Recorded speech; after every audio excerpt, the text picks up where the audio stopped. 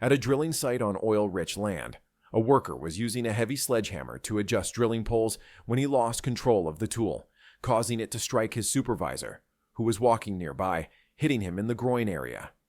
This incident clearly demonstrates the critical importance of establishing safe work zones around struck-by hazards and maintaining adequate separation between active work and observation. All personnel using sledgehammers, striking tools, or heavy implements must have cleared exclusion zones, ensuring no one can be struck by tools, rebounding materials, or flying debris. Outside a warehouse facility, a forklift operator parked his equipment and exited to adjust something on a truck's cargo bed. Without the parking brake engaged, the forklift rolled forward on its own, driving the forks into and puncturing the truck's tires. This incident clearly demonstrates the critical importance of proper vehicle securing procedures and the consequences of parking brake failures. Even slight grades invisible to operators can cause vehicles to roll when the brakes are not set. Parking on slopes requires wheel chocks in addition to parking brakes, providing secondary protection. While this incident caused property damage rather than injury, uncontrolled rolling forklifts frequently crush workers and pedestrians. In a trucker parking lot, a forklift operator was transporting his equipment from a cargo van onto the bed of a connected truck when he lost control of the vehicle. The forklift drove off the edge of the truck bed and fell onto its side on the ground below. This incident clearly demonstrates the critical hazards of loading and unloading equipment on elevated truck beds and the importance of proper ramps, securing, and operator training. Operators must approach ramps straight on at controlled speeds, never at angles, and maintain smooth throttle control, avoiding sudden acceleration or braking. In the back room of a coffee shop, a worker was pushing a large ice machine into position when an open mini door on the unit swung closed and struck her in the head.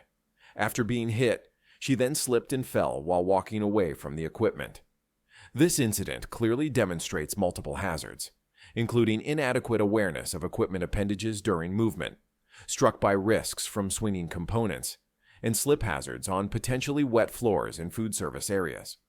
When moving equipment, workers must first secure all doors, drawers, shelves, and loose components, preventing them from swinging open or closed during transport, causing struck-by injuries.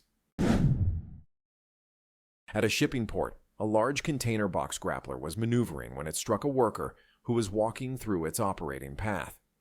This incident clearly demonstrates the critical dangers of inadequate exclusion zones around mobile heavy equipment and the severe visibility limitations of container handling machinery. Container handling equipment operators have severely limited visibility of ground personnel, especially directly below, beside, or behind machines, where workers completely disappear from view. Workers on foot must never enter equipment operating areas. Designated pedestrian walkways with physical separation and controlled crossing points are essential. At a landscaping job site, a mini excavator operator attempted to drive from elevated ground onto a truck bed using 2 makeshift ramps when the excavator became unstable and tipped over onto its side. This incident clearly demonstrates the catastrophic dangers of using improper loading ramps and the importance of adequate equipment for loading operations. Flimsy, narrow, or makeshift ramps cannot safely support heavy equipment and will flex, shift, or collapse, causing tip-overs and falls. Ramps must be securely attached or positioned with chains or fasteners preventing movement during loading, and their combined width must accommodate equipment track or tire width with safety margins. At a water pipe repair job, a worker was using a hammer to create an opening in an old pressurized water pipe. After several strikes, the pipe breached and his hammer became caught in the opening. The powerful water flow immediately grabbed him and sucked his entire body into the pipe. This incident clearly demonstrates the catastrophic dangers of working on pressurized water systems without proper isolation and the extreme forces involved in high-pressure water releases. All water mains, pressurized pipes, and distribution systems must be completely isolated, depressurized, drained, and verified at 0 pressure before any breach work begins. At a construction material shop, a worker brought her children to the workplace, where they played near tall stacks of cement hollow blocks. The stack became unstable and began toppling, and as the mother attempted to reach her children, hundreds of blocks collapsed, burying her kids underneath. This incident clearly demonstrates the catastrophic consequences of allowing unauthorized persons, especially children, into industrial facilities and the severe hazards of unstable material stacking. Children must never be present in construction supply yards, warehouses, or industrial facilities where heavy materials, equipment, and numerous hazards exist beyond their awareness or ability to avoid. In an automotive repair shop, a mechanic was guiding a driver to position a vehicle inside the facility.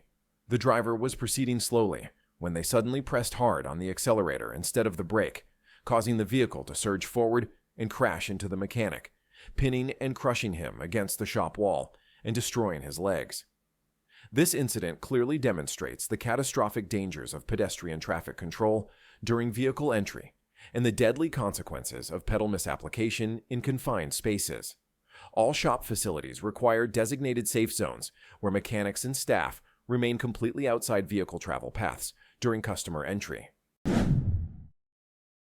At an impound facility, a 2-level car carrier truck had a pickup truck loaded on the upper deck.